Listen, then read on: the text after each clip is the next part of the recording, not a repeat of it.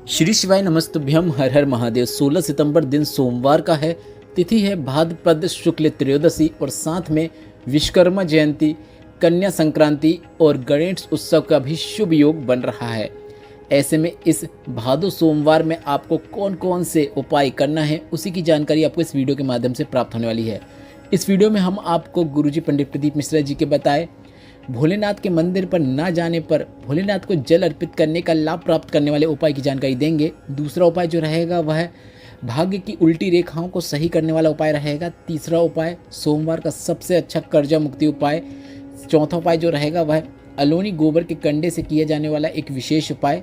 और पांचवा और अंतिम उपाय जो रहेगा, अगर घर में कोई गुस्सा कर रहा है, घर में बहुत लड़ाई झगड़े हो रहे हैं, तो गृह क्लेश को दूर करने वाला सोमवार का एक महा उपाय है जो कि काफ़ी सरल है। सभी जानकारी आपको इस वीडियो के माध्यम से प्राप्त होने वाली है। आप पांच में से कोई एक उपाय या फिर अपनी आवश्यकता के अनुसार एक से अधिक उपाय करके इस सोमवार का पूरा अधिक से अधिक लाभ प्राप्त कर सकते हैं। बढ़ते हैं पहले विशेष उपाय की ओर। गुरुजी ने अपने पिछले वर्षों की शिव महापुराण कथाओं में एक विशेष जानकारी दी थी। गुरुजी ने कहा था, अगर आपका घर शिव मंदिर से बहुत दूर है और आप भोलेनाथ को जल अर्पित करना चाहते हैं, तो गुरुजी ने कहा आप विशेष तरीके से भोलेनाथ को जल अर्पित कर सकते हैं। आपको बस इतना करना है, कुछ वृक्ष हैं जिनका शास्त्रों में वर्णन मिलता है जो कि बहुत विशेष है। जैसे कि पीपल के पेड़ में आप जल अर्पित कर सकते हैं और पीपल के पेड़ के नीचे जल अर्पित करते समय आप पिपलेश्वर महादेव का नाम स्मरण कर सकते हैं। आप वट वृक्ष के नीचे जल अर्पित कर सकते हैं। वट वृक्ष मतलब बरगद के पेड़ के नीचे जल अर्पित करते समय आप वटकेश्वर महादेव का स्मरण कर सकते हैं। आप आंवले के वृक्ष के नीचे जल अर्पित कर सकते हैं और आंवले के वृक्ष के नीचे जल अर्पित करते समय आप अक्षेश्वर महादेव का नाम स्मरण कर सकते हैं। आप बेलपत्र के वृक्ष के नीचे जल अर्पित कर सकते हैं। बेलपत्र के वृक्ष के नीचे जल अर्पित करते समय आप श्री शिवाय नमस्तुभ्यम या फिर बिल्वेश्वर महादेव का नाम स्मरण कर सकते हैं। गुरुजी ने कहा, अगर इन नाम को स्मरण करते हुए आप इन वृक्षों के नीचे जल अर्पित कर देते हैं, एक कलश ही जल अर्पित कर रहे हैं, तो यह महादेव स्वीकार कर लेते हैं। वह जल उन तक पहुंच जाता है सिर्फ नाम स्मरण कर लेने से, और आपको भोलेनाथ पर जल अर्पित करने का लाभ प्राप्त हो जाता है। इस उपाय को करने के लिए आपको सभी वृक्षों के नीचे जाने की आवश्यकता नहीं है। जो जो वृक्ष इस उपाय के अंतर्गत बताए गए हैं, आप इनमें से किसी एक वृक्ष के नीचे भी जल अर्पित कर देंगे तो भी पर्याप्त है। बढ़ते हैं दूसरे विशेष उपाय की ओर। गुरुजी पंडित प्रदीप मिश्रा जी का सोमवार का बताया एक ऐसा उपाय जिसे आप इस सोमवार के दिन कर सकते हैं। सोमवार को आप जब भी शिव मंदिर जाएं तो एक दिन पहले आपको बेलपत्र तोड़ लेनी है, या फिर आप शिवलिंग पर ही अर्पित कोई बेलपत्र को उठाकर भी यह उपाय कर सकते हैं। बेलपत्र को अर्पित करने से पहले आपको इस बात का ध्यान रखना है कि बेलपत्र की बीच वाली पत्ती में आपको कुछ न कुछ अवश्य लगाना है। आप चाहो तो शहद लगा सकते हैं, अष्टगंध लगा सकते हैं, गुलाल लगा सकते हैं, अबीर लगा सकते हैं या फिर चंदन लगा सकते हैं। कोई एक चीज़ भी लगा देंगे तो भी पर्याप्त है। भोलेनाथ को मनोकामना पूर्ति के लिए बेलपत्र अर्पित करने के लिए आपको बेलपत्र में कुछ न कुछ लगाना आवश्यक होता है। आप उसके ऊपर एक चावल का दाना भी लगा सकते हैं। इसके बाद इस बेलपत्र को आपको श्री शिवाय नमस्तुभ्यम बोलते हुए, नमः शिवाय बोलते हुए, ओम नमः शिवाय बोलते हुए शिवलिंग पे अर्पित कर देना है। आपकी किस्मत की, भाग्य की जो रेखाएं कितनी ही खराब क्यों न चल रही हो, वह संवरना शुरू हो जाती हैं। गुरुजी का बताया यह विशेष उपाय आप 3 से 5 सोमवार करके देखिएगा, आपको लाभ जरूर देखने को मिलेगा। बढ़ते हैं तीसरे विशेष उपाय की ओर।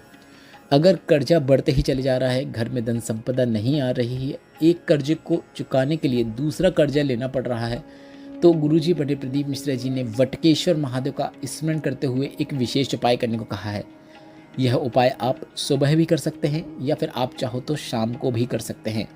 अगर आप यह उपाय सुबह करना चाहते हैं तो आपको बरगद के पेड़ के नीचे मतलब वट वृक्ष के नीचे एक कलश में जल भर के जाना है। इस कलश के अंदर आपको एक लौंग डाल देना है।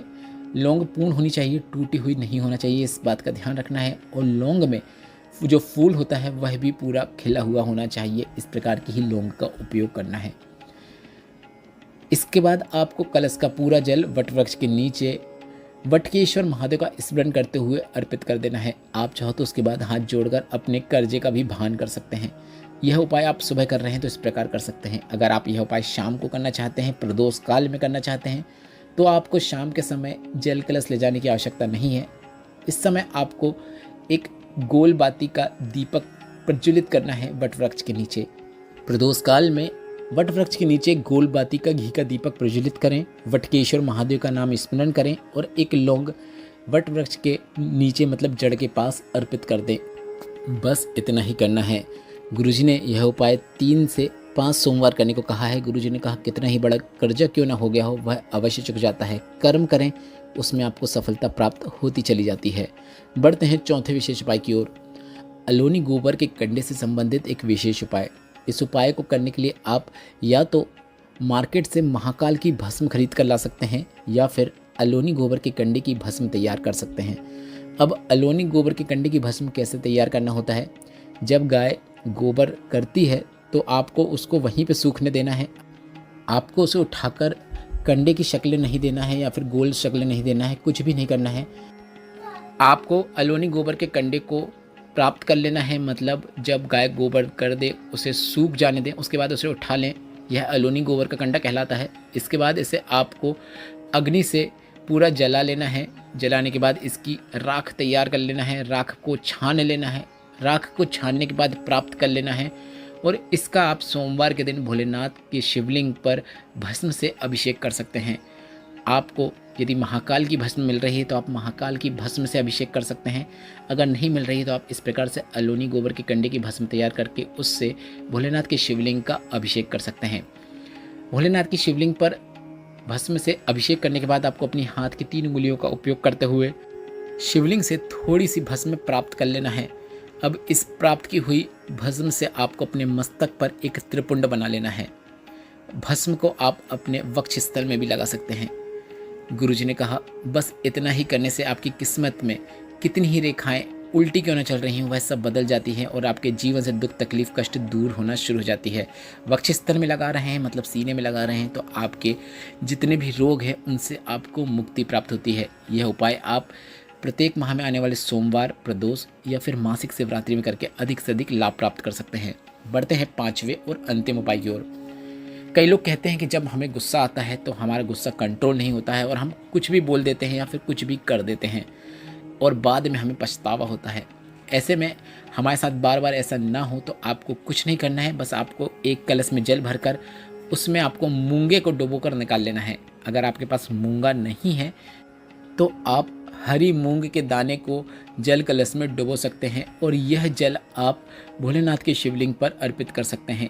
जल अर्पित करते समय आप अवधूतेश्वर महादेव या फिर श्री शिवाय नमस्तुभ्यम या फिर नमः शिवाय या फिर ओम नमः शिवाय अवश्य बोलिएगा। ऐसा आपको प्रत्येक सोमवार को करके देखना है। 3 से 4 सोमवार करके देखिएगा, आपके गुस्से पर कंट्रोल होता हुआ आपको नज़र आने लगेगा। यह वीडियो अगर आपको उपयोगी लगा हो तो इस वीडियो को लाइक करके कमेंट बॉक्स में हर हर महादेव अवश्य टाइप कीजिएगा। ऐसे ही वीडियो और देखने के लिए सब्सक्राइब करना ना भूलिएगा और ऑल नोटिफिकेशन में टैप अवश्य कर दीजिएगा। श्री शिवाय नमस्तुभ्यम। हर हर महादेव।